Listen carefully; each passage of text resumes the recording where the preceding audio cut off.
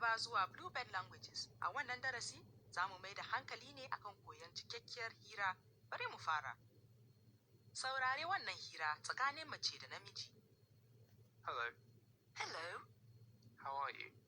Fine, thanks. And you? Not bad, thanks. What time is it? It is 1:30. Thank you. You're welcome. The elevator? I don't understand. Please repeat. Where is the elevator? Oh, I'm sorry. It's near the bottom. A yadda ake faɗin karfi tare da koke da kwadai.